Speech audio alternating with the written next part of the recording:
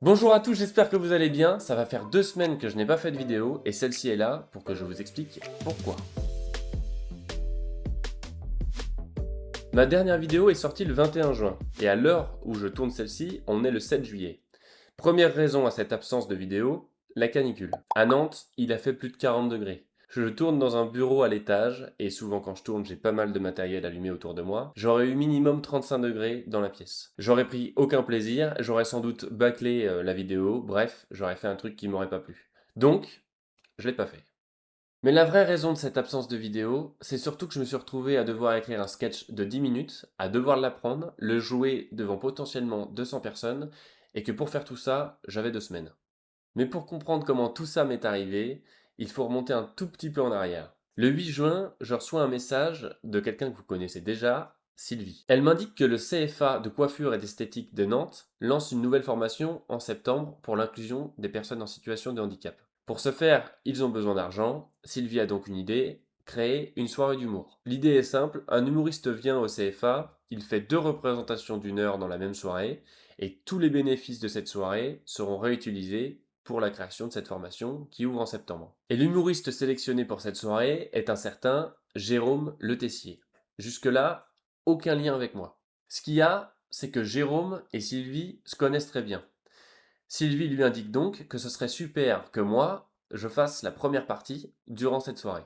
Moi, évidemment, je réponds à Sylvie que de toute façon, je suis preneur. Le temps passe et le 16 juin, je reçois la réponse définitive, c'est bien moi qui ferai la première partie lors de cette soirée. En résumé, je me retrouve donc à devoir jouer pendant 10 minutes pour la première fois, devant potentiellement 200 personnes, un sketch que je viendrai d'écrire, que je dois apprendre et que je n'aurai pas le temps de tester. Et pour faire tout ça, j'ai 2 semaines. Tout ça crée évidemment chez moi un super cocktail d'angoisse, mais je retiens une chose, c'est encore une super opportunité que me donne Sylvie. Voilà pourquoi dans tout ça, j'ai pas eu le temps de tourner et de monter des nouvelles vidéos pendant ces 2 semaines. Maintenant que ça c'est dit, il faut que je vous explique comment toute cette préparation s'est passée. Comme atout de mon côté pour cette soirée-là, j'avais déjà un 5 minutes qui fonctionnait, que j'avais joué plusieurs fois, et un 5 minutes que j'avais écrit avec vous lors d'une vidéo.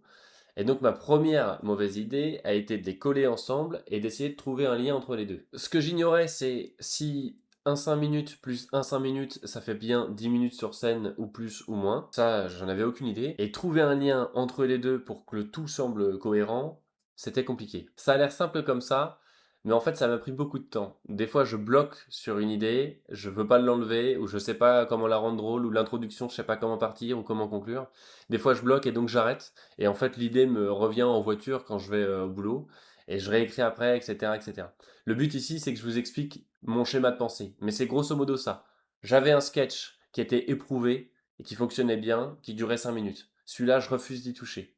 J'ai un sketch que j'ai jamais joué et que j'ai écrit avec vous en vidéo la dernière fois. Et ça, bah du coup, comme je l'ai jamais joué, je sais pas encore ce qui est drôle ou non, donc je peux découper dedans. Mais c'est hyper dur de découper. Si je découpe au milieu d'une partie, ça fonctionne pas. Si j'ai une vanne qui est liée à quelque chose que j'ai dit avant et que j'ai découpé la partie d'avant, ça ne fonctionne pas non plus. Donc le découpage est très compliqué à faire. Et moi, je suis habitué aux open mic. Donc quand on me dit joue 5 minutes, je joue 5 minutes. Là, on m'a dit 10 minutes, donc je découpe mon texte pour qu'il dure pile poil 10 minutes. J'arrive donc à une version de mon texte où j'ai une introduction qui me semble bonne, le nouveau sketch, mon ancien sketch et une conclusion qui arrive à conclure le tout. Et un jour, je me retrouve dans un studio de radio autour de Nantes pour enregistrer un podcast. Je vous en parlerai un peu plus tard, mais effectivement, ces 2 semaines étaient assez folles. Et dans ce studio de radio, je croise une humoriste qui s'appelle Mademoiselle Anita, que je salue d'ailleurs, qui me donne le conseil suivant. Quand tu as un 5 minutes qui fonctionne et dont tu es sûr, et que tu dois faire un 10 minutes, utilise la technique du sandwich.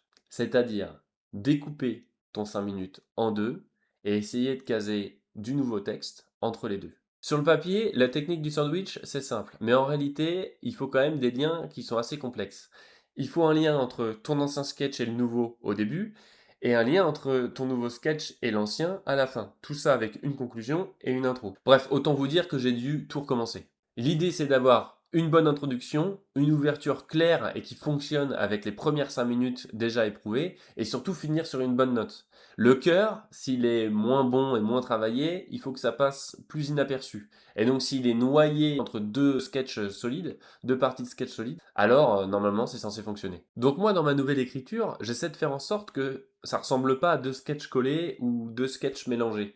J'essaie de trouver en fait une idée principale et un fil rouge pour que tout ça s'entremêle super bien. Et c'est à ce moment-là que je me rends compte que, comparé à 5 minutes, un 10 minutes, c'est pas juste plus long, c'est aussi plus exigeant à l'écriture. Et ça le sera sans doute aussi sur scène. Après quelques jours, je me retrouve avec un sketch de 10 minutes écrit. Évidemment, je ne suis pas sûr du tout de la partie du milieu, puisque c'est un sketch que je n'ai pas pu tester et que je ne connais même pas par cœur, comme l'introduction et la conclusion. Et même la partie que je connais par cœur, c'est-à-dire mon ancien sketch, bah, elle se retrouve vachement modifiée, puisqu'elle est découpée en deux et je viens y glisser une nouvelle idée.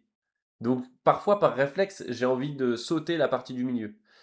Bref, je me retrouve avec tout un texte à réapprendre, et pour faire ça, je garde la même technique. Je m'enregistre plusieurs fois jusqu'à temps d'avoir une version qui me plaît à peu près. Une fois que j'ai cette version, je l'écoute en boucle. Je l'écoute très souvent, sous ma douche, dans la voiture, je l'écoute dès que je peux.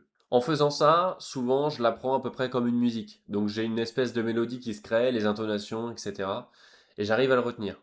À ce moment-là, il me reste plus que 2-3 jours avant la représentation. Et durant ce temps-là, j'ai une notification qui tombe toutes les heures et demie sur mon portable et qui me rappelle de réciter mon texte. Et je le récite comme ça toutes les heures et demie pendant les 3 derniers jours avant mon passage. Là, l'idée, c'est de déjà pas avoir de trou de texte, mais ça me paraît évident, mais c'est surtout de l'automatiser, que je n'ai plus à y réfléchir, que je le sors naturellement, comme on sort une musique, etc. J'ai pas besoin de penser à mon texte pour le ressortir.